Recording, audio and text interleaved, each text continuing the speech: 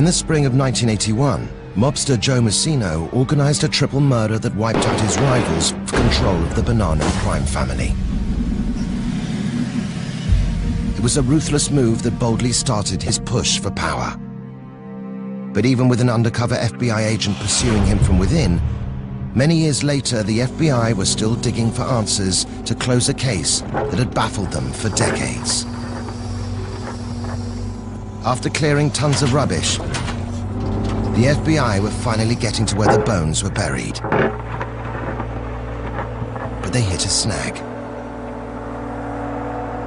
At about 4 feet, the groundwater started to come in.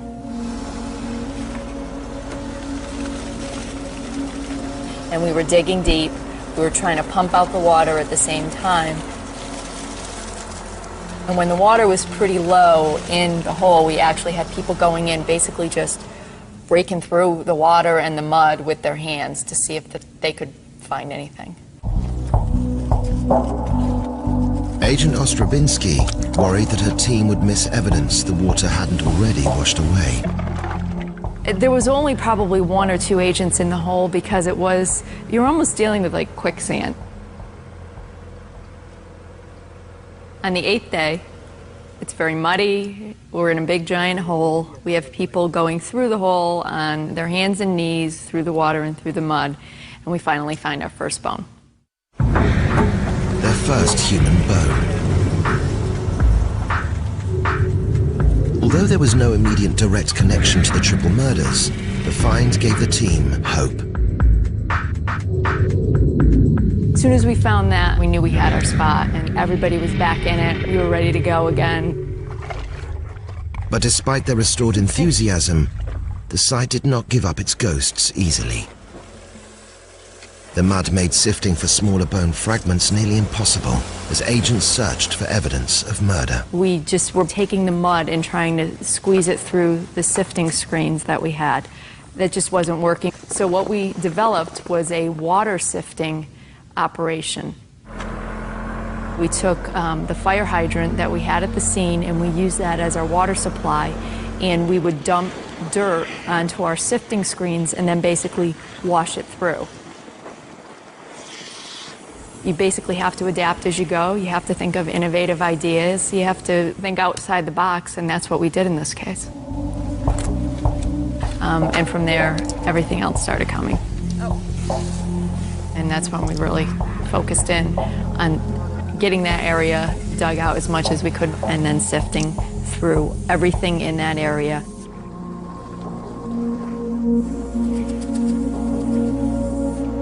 One of the major discoveries came straight out of a mound of mud. Investigators hoped this find would provide forensic evidence that would tie the newly discovered bones directly to the 1981 triple murders.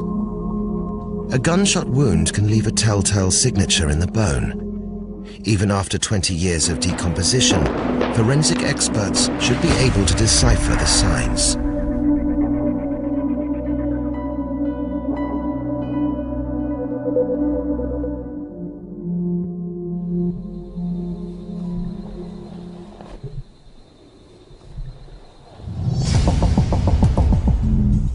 They can study how a gunshot damages a skull by firing into a head of an animal carcass and then examining the damage. Dr. Al Harper, a forensic anthropologist who trains FBI evidence response agents, examines and x-rays the skull. What we're looking at is the entry hole of a bullet and the powder burn around it. You can feel a fracture that runs from the bullet hole towards the occipital or back area of the skull.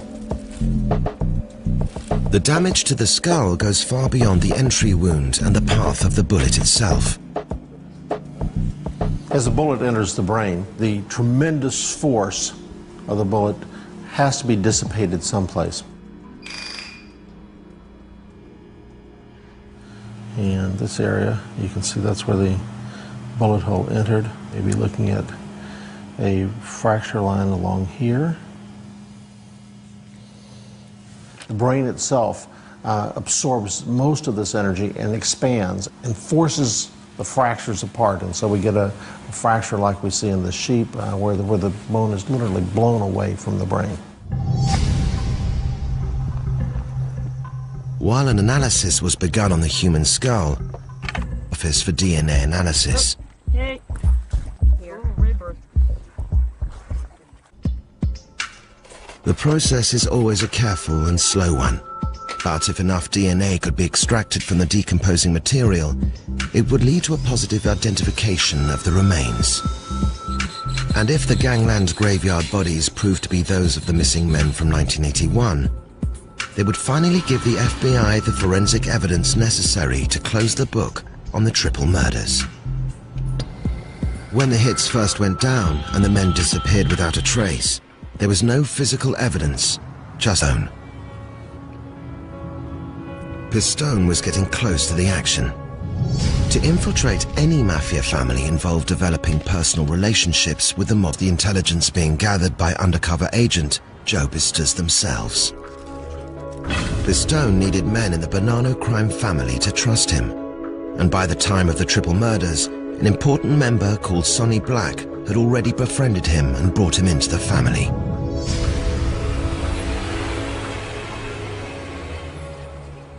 This was the Motion Lounge in 1979, 1980s, and this was the headquarters of the Sonny Black Napolitano faction of the crime family. This is where they hung out, they did all their business here. This is where Donnie Brasco, Joe Pistone, kind of infiltrated and became close to Sonny Black.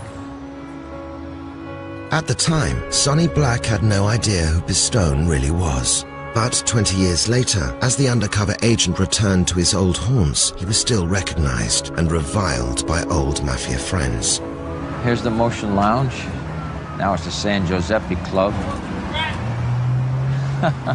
What was that? Somebody called us an effing rat. So I guess we still tick them off out here. Sonny was a tough guy. But he had another side, too, that you didn't mind being with him, hanging out. But he was a ruthless mobster. And by early 1981, he was deeply involved with Joe Massino in a plot to get rid of their competition within the Bonanno family. Having discussions, you talk about anything with Sonny. He wasn't a 24-hour-a-day wise guy, you know? The men who had to go were all captains in their own right. Sonny Red Indelicado, Big Trinchera, and Phil Lucky Jacone. And on May the 5th, 1981, they vanished. These guys were three high-profile guys in the Bonanno family. It's no big secret when somebody goes missing, you know. If he doesn't show up in a couple days, you know he's whacked. Just days after the hits, Pistone was called in for a meeting with his captain, Sonny Black. And he tells me those guys are gone. So I know who he's talking about, you know. Nobody mentions names. Those guys are gone. And I knew there was the opposition, who the opposition was. Black never named the victims, but did make it clear that both he and Massino were involved in the hits. I mean, this is what I was told, all right? I mean, I wasn't there when they did this, but I was told it was Joey Massino's responsibility to get rid of Sonny Red. That was his responsibility. And I don't know whose responsibility it was to get rid of Big Trin and Phil Lucky. Grew up was in the burial of Sonny Red's body. But it was Joey's responsibility to get rid of Sonny Red. Well, there was a screw-up on Joey Massino's part, sure. 3 weeks after the killings, Sonny Red's body is out of the ground. There's real hard evidence that the murders went down. It did not take long for the police to figure out whose body it was. Sonny Red's autopsy revealed that he had been shot 3 times by 2 different shooters, and the single shot above his left ear was the clear signature of a mob execution. Sonny Red's bloated corpse supported the information that Pistone was getting from his captain. But the bodies of the 2 other mobsters were still nowhere to be found. Joe Pistone has gotten tape-recorded evidence talking about the murders and the cleanup. But still, they're nowhere near coming up with the inside story of who was involved, who did it, and how they pulled it off. Pistone discovered from Black that he had originally been considered to be in on the triple murders, but Massino turned down the idea. He said, I wanted to bring you on the hit. He said, because I'm going to propose you for membership, and it would have looked good with all the other captains. He said, but Joey Massino nixed it. Since this was a critical moment in Massino's grab for power, he wanted only his most trusted allies at the scene. Instead, after the triple murders, Pistone was asked to kill a fourth mafia member, Bruno, the son of one of the murdered mobsters. I'm giving you a contract on Bruno. Why don't you look for him, kill him. This was a major coup for Pistone and the FBI. No agent had ever gotten this close to becoming a true soldier in the mob. FBI agents aren't supposed to commit murder. So an elaborate plan was hatched. Agents would grab Bruno, fake the murder, and then put the intended victim into hiding. But while they were searching for the mobster's son, Pistone's FBI handlers were getting increasingly concerned over their agent's safety, fearing a new wave of violence following the triple murders. They don't tell you they're going to whack you. It just happens. They were afraid that Pistone was now a target because of his affiliation with Black and Massino. It's a dicey situation when you're in this type of undercover operation, because your first thought is you got to preserve yourself. You know, you got to worry about your own security, because nobody else has done it. In a situation where it's me or the other guy, it's going to be the other guy. At this time, because there's a war going on, everybody's carrying a gun, you know, all the wise guys, the FBI decides to shut the operation down. So I talked to supervisor and also my good friend, you know, come on, let this thing go till I get made, you know. And he says, no way. He says, I'm not letting this thing go till you get made, because if you get whacked, then it's on me, you know. Pistone's handlers were worried about a backlash of violence, but he was able to convince them to let him stay despite the risks.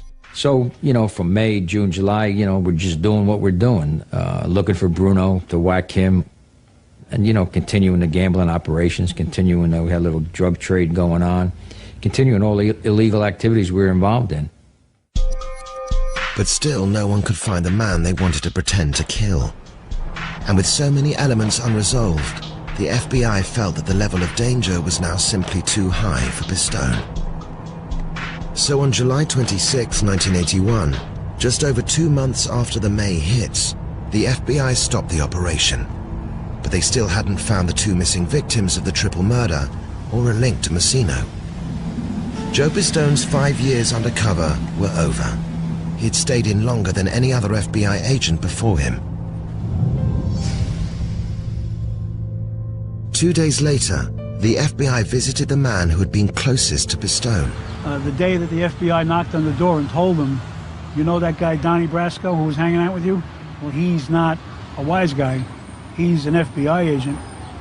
Sonny Black was devastated. Minutes later, the FBI saw him up on the roof talking to his pigeons. And his choice was to stay and face the consequences.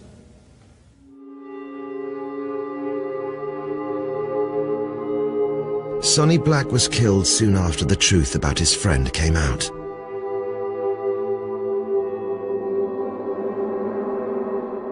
Sonny Black made a choice that he was not going to roll, he was not going to flip, he was not going to become a turncoat. He hoped he would be able to talk the Bonanno family out of whacking him. He failed in that endeavor. You know, he was killed. About a year later, his body was found in a swamp in Staten Island. The reason they went to him because we knew that chances are he was going to get killed, so Bureau would protect him and save his life if he would agree to become an informant. His corpse was found with both hands severed. The message from the Mafia was clear.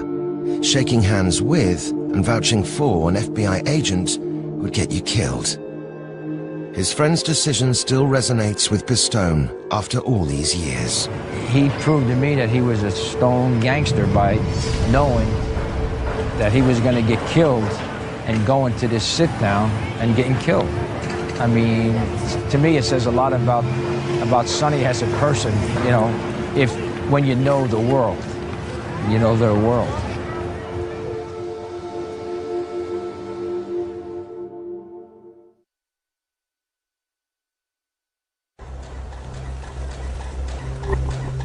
The triple murders of 1981 still baffle the FBI 20 years after the fact, even as the dig for the bodies in the gangland graveyard continued. At the time of the murders, mobster Joe Massino was on his way to the top of the Bonanno crime family. But there was a problem. The FBI's undercover work had left the Mafia family in disarray. The penetration of the Bonanno family by Joe Pistone as Donnie Brasco was a disgrace for the Bonannos. The other four families tended to look down on them because they allowed themselves to be hoodwinked by the government. And to make matters worse, Pistone began testifying about all of the criminal activities he had uncovered. Indictments and convictions on racketeering, extortion, loan sharking, illegal gambling and murder came rolling in. With the help of Pistone's testimony, the FBI was able to indict Massino on charges that included the triple murders. He was convicted on racketeering charges and sentenced to 10 years in prison. But to everyone's surprise, Massino was acquitted of the murder charges. Well, the first trial that had Joey on, he skated on it. I don't know why the jury didn't convict him. I mean, you know, why didn't the jury convict O.J. Simpson? You know, why didn't they convict this singer, you know, Michael Jackson? Who knows what goes through a jury's mind? Still, Massino was in jail, and his family was reeling in the aftermath of the infiltration by the undercover agent, Joe Pistone. The FBI wasn't taking them seriously anymore, and only a small group of agents within the FBI kept an eye on them. One of that group was Special Agent Jack Stubing. The Bonannos began to lose steam within the organized crime community.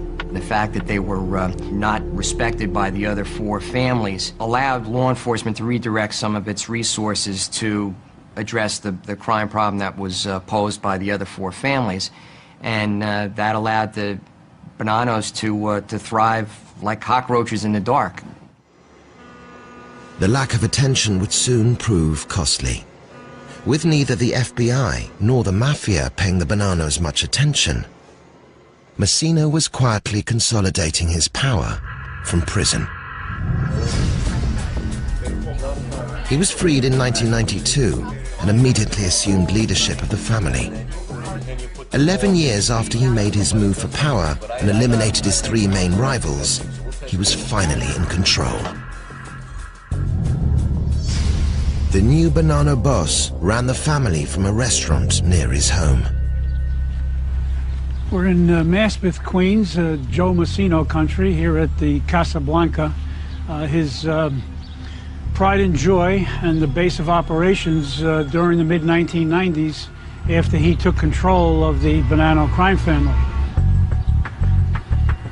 And it became not only his base of operations for mob stuff, but also where he hung out. It was the kind of place that he enjoyed. It was his pride and joy. All of his top gangsters were required to come and patronize his establishment. The family was riding high. Money was pouring in. And Massino was sitting pretty. But he was very careful about how he conducted business. Massino was very surveillance conscious. The fact that Joe Pistone infiltrated the Bonanno crime family and came close to bringing him down certainly was in the back of Joe Massino's mind. Jack Stubing realized that the FBI needed to do something different. In an extraordinary first step, he introduced himself to Massino. Well, in 1995, I went to visit Massino and I had a conversation with him. We played a little game. I pretended that he was no longer involved in organized crime, and he pretended that he believed that I believed that. And what I found out about Massino as a result of that conversation was that he was a real student of FBI investigative techniques.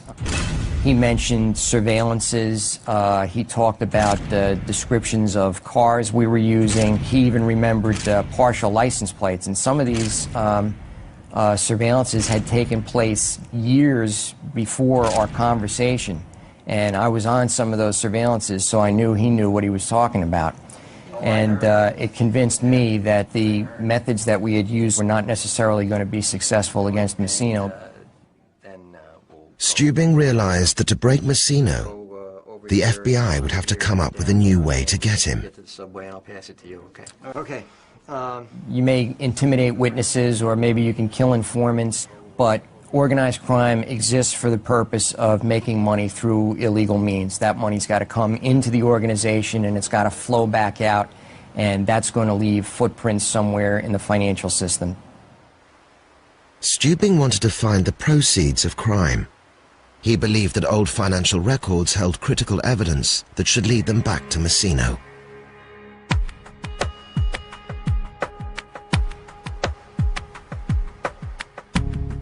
I knew that the only way that we were going to be able to do that kind of a financial investigation is to get accountants that were well-versed in those techniques, and specifically forensic accountants, people that could dig through these financial records and look for evidence of a crime. In 1999, Stubing finally got his wish. 2 new, recently graduated FBI agents were assigned to the case. Both were accountants. I remember the first time I saw Jeff go through a box of documents, and he would just pull out documents and randomly say, oh, this is evidence of structuring, this is evidence of this is evidence of that. And he was like a kid in a candy store. He instantly recognized things for what they were. Forensic accounting makes use of financial records much in the same way as forensic anthropology makes use of bones. Applied to the mob, forensic accounting could uncover evidence of past crimes like fraud, money laundering, and extortion. The United States prosecutor helped the team subpoena records. There were boxes and boxes and boxes of documents. You know, you'd get computer printouts and old checks and bank statements and credit card statements and back tax records. And each new round of subpoenaed documents would generate another round of subpoenas.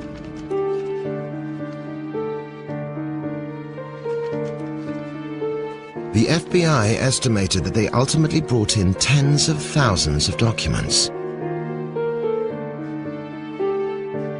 Nearly 2 years into the investigation, agents got their first big break. The agents found 3 checks from Diane Vitale to Barry Weinberg and 3 checks from Josephine Massino to Barry Weinberg. And they said, who is this guy? Some of the key players were known to the FBI. Diana Vitale was married to the underboss of the family, Sal Vitale. Yeah, he's Joe Massino's right-hand man. He's his brother-in-law. He's his number 2 guy in the crime family. He's the guy who helps Joe make major decisions, and he's the guy who Joe trusts to take care of important things that have to be done. And his sister was Josephine Massino, the wife of the boss. At the time, it was a close-knit family. The person they didn't know was Barry Weinberg. But they found it suspicious that the wives of the 2 most powerful men in the Bonanno crime family were writing checks to him. So they put him under surveillance and did a background check. Barry Weinberg was involved in the parking lot industry in New York City. He made a great deal of money buying and selling parking lot leases. He was also having daily meetings with members of the Bonanno crime family in Little Italy. And agents soon learned that Weinberg was in trouble with the taxman. Mr. Barry Weinberg? Yes. I have to speak to you, sir. He had failed to file income tax returns for years and owed millions of dollars to the government. Right to remain silent. Anything you say can... With that information in hand, the FBI arrested Weinberg on January the 9th, 2001. Provided for you. Do you understand these rights I've read you? Weinberg was brought to FBI headquarters in Manhattan for interrogation. What's going on? Mr. Weinberg, do you recognize that check? Yeah. Is there something you'd like to tell us? Within minutes, Weinberg agreed to cooperate. The FBI discovered that his relationship with the mafia was strictly one-sided. We learned Barry Weinberg was forced to sell parts of his interests in these parking lots to Josephine Massino and Diane Vitale at a radically reduced price. Weinberg was being extorted, and it was all being handled through the women of the Bonanno family. The men had put them out front. The men were hiding behind their skirts, and the women were in the trick box. So we would have a solid case against them and a less solid case against the men. But since Weinberg was so willing to cooperate, the agents felt they could bypass the women and go directly after the men through him. He even agreed to wear a wire. We need this. This is absolutely crucial. And they got him suited up and back out on the street within hours of his arrest. Doing it right? Yeah, doing the right thing. It's not a good feeling. It's an uncomfortable feeling because, you know, you're not going to hesitate killing you right there if you're an informant when they find the wire. So it's not comfortable. But that's how you gather the evidence to get an indictment and hopefully a conviction in court. And just remember, stick to the plan. You'll be in and out. Stick to the plan. Fortunately, Weinberg's personality was well suited to the task. You know, it was his way to be nervous anyway, so that the fact that he was hyperactive wasn't suspicious because that's the way he was. He went back to Nico for his regular meeting that day. You know, we wanted to prevent him having second thoughts, and the fact that he wired up, you know, it's like a commitment.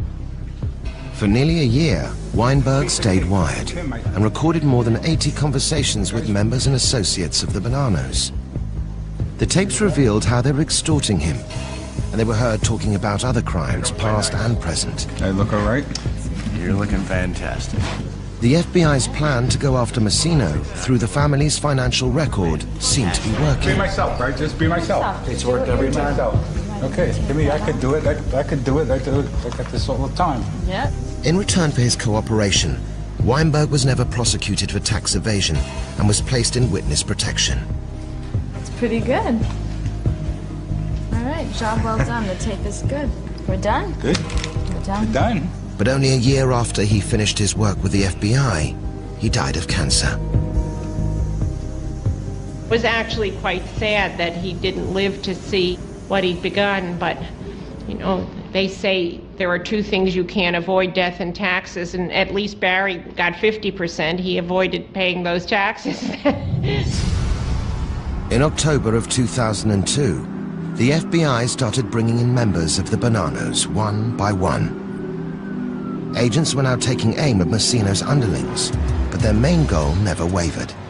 They wanted the boss, and they wanted to solve the event that got him going, the triple murders of long ago. The most important captain that the agents interrogated was Frank Copa. He was a high-ranking member of the family who made millions for Massino through what's called pump and dump schemes. People who were involved in The stock market would artificially pump the value of the stock up, and then when the time was right, the people who were in the know would sell all their shares and the price of the stock would collapse, so that would be the dump part. Frank Coppa was a very good moneymaker for the mob. Although he had never been convicted of a violent, a traditional organized crime, he knew where the bodies were buried. Coppa was already in prison serving time on racketeering charges. The FBI hoped new extortion charges stemming from the Weinberg investigation would convince him to cooperate. We have list after list of evidence against you. Names, people that... Coppa by that time was, I believe, in his early 60s, and he had many illnesses that he felt that he was going to, if he got another 6 years tacked on, he was going to die in prison, and he did not want to die in prison. All right, okay, I'll do it. Frank Coppa broke. His decision to turn against his family was another critical event for the FBI and a monumental betrayal for the Bonannos. This was the first time ever that a made member of the Bonanno family at any level cooperated with the government. What started with the discovery of a few handwritten checks had now grown into a full-scale assault on the Bonanno family.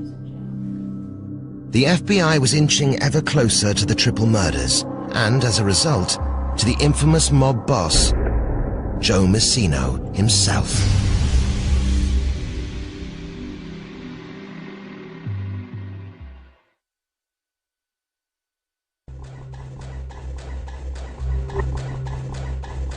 The FBI were determined to bring down Joe Massino, now the boss of the revitalized and powerful Bonanno crime family. His bloody rise to power had begun with the still unsolved executions of 1981. Joe Massino was a tough guy. He was a killer. He was a mafia boss. He certainly is not someone who you would want to tangle with if you could get away with it, if you didn't have to. But the foundation on which Joe Massino had built his empire was beginning to crumble. The FBI had gotten to Frank Coppa, and as word spread, more mobsters began to talk. Once he makes a deal, there's an avalanche of cooperating witnesses from the Bonanno crime family. It took more than 40 years for a member of the Bonanno crime family to become a defector and cooperate with the government. But once the first one came, they came in droves. The defections reached all the way up the chain of command to the family's underboss, Sal Vitali. He was Massino's second in command and his brother-in-law. The tight-knit Bonanno family was unraveling. Vitali implicated Massino in the triple murders of 1981 that had been critical to his rise to power. On January the 9th, 2003, 2 years to the day after the arrest of Barry Weinberg, Joseph Massino was arrested. Among the charges were the premeditated murders of Sonny Red, Big Trin, and Phil Lucky. To kill 3 people and be prepared to dispose of the bodies is not something you can think of and plan overnight. A lot of planning went into this caper. Finally, what happened the night of the 1981 triple murders came out in testimony from the witness box, giving a chilling insight into how the mafia plans and commits murder. This was a feud over power. Who was going to control the family that they had been part of all these years? According to Vitali's direct court testimony, there were 4 gunmen in all. Himself, along with 3 others, who'd been brought in from the Canadian faction of the family for added secrecy. Philly Lucky, Sonny Red, and Big Trin gotta go down. Sally, you got your crew working also. The plan was to lure the victims to a meeting on neutral ground, in the basement of a social club in Brooklyn. I mean, the social club proper is up on the 2nd floor, and right behind these doors is where the 3 captains were blown away.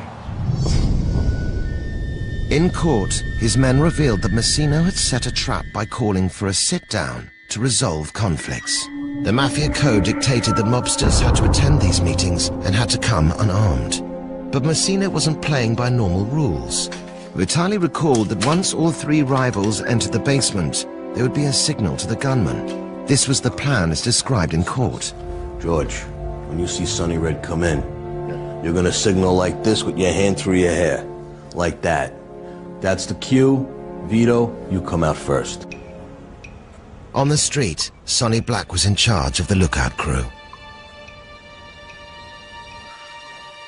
We were told to have ski masks that we'd put on in the closet and coat room, and before we came out to put the ski masks on. We left the door open a smidge to look out. Just as planned, the three captains arrived. We sat there waiting for the doorbell to ring.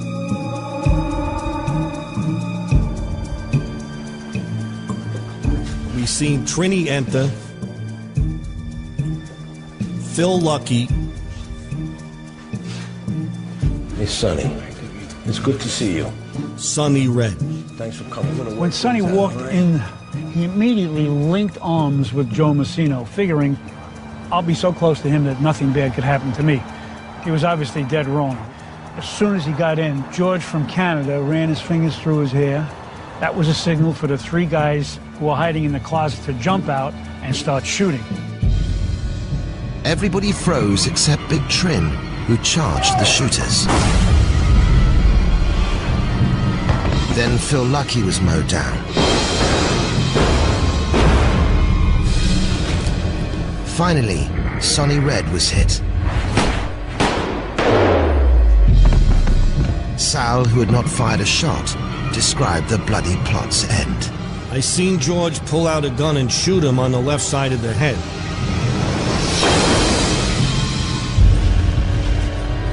By that time, it was all over.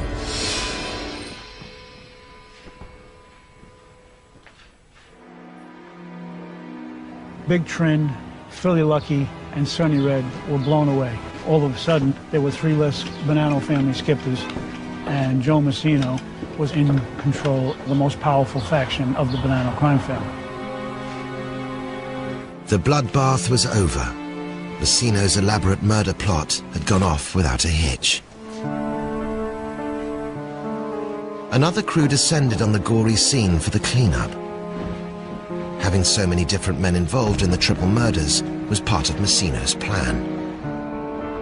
They were placed by the door waiting for Big Louie to take the truck into position to take the three bodies and put them in the van. The van left the Brooklyn murder scene, destined for the gangland graveyard and the disposal of the three dead men. In 1981, it was a great idea having so many guys, made them bond together, and it gave Joe a little bit of security in that none of them was going to end up talking about it because they were all involved in a triple homicide. 20 years later, it turned out not to be such a smart idea. Pretty much Massino's entire crew took the witness stand and testified, he did it, he did it, he did it, he did it, he did it. It had taken 20 long years, but the FBI had finally convinced Massino's crew to turn against him. On July the 30th, 2004, Joseph Massino was convicted of murder. But the story did not end there. Facing certain life in prison and the possibility of the death penalty, Massino decided to cooperate with the FBI. Like so many of his subordinates before him, he betrayed the sacred mafia code of silence. This was the first time in the nearly 100-year history of the New York Mafia that a mob boss, the highest-ranking member of a crime family, had ever turned informant. And the first thing he revealed was the one piece of information that had not yet come up at trial. It was he who told the FBI where the bodies were buried. The mastermind of the massacre directed agents to search for the two missing men at the very same location where Sonny Red's body had been found more than 2 decades before. The FBI retrieved not only most of 2 bodies, but also personal effects, including a leather jacket, a crucifix, and a watch, all worn the night of the murders. The items were identified by relatives of the murdered men. Family members also agreed to provide blood samples so the FBI could compare their DNA with the DNA from the bones. 2 positive matches came in, leaving no doubt that Big Trin and Phil Lucky had indeed ended up in the gangland graveyard. It took more than 20 years and 3 generations of FBI agents to finally bring down Joseph Massino, the Don of the Bonannos, and solve the mystery of the 1981 triple murders. During that time, Massino rose, fell, and rose again. But in the end, the FBI got him to work for them. And the once powerful mob boss became what some might call an effing rat.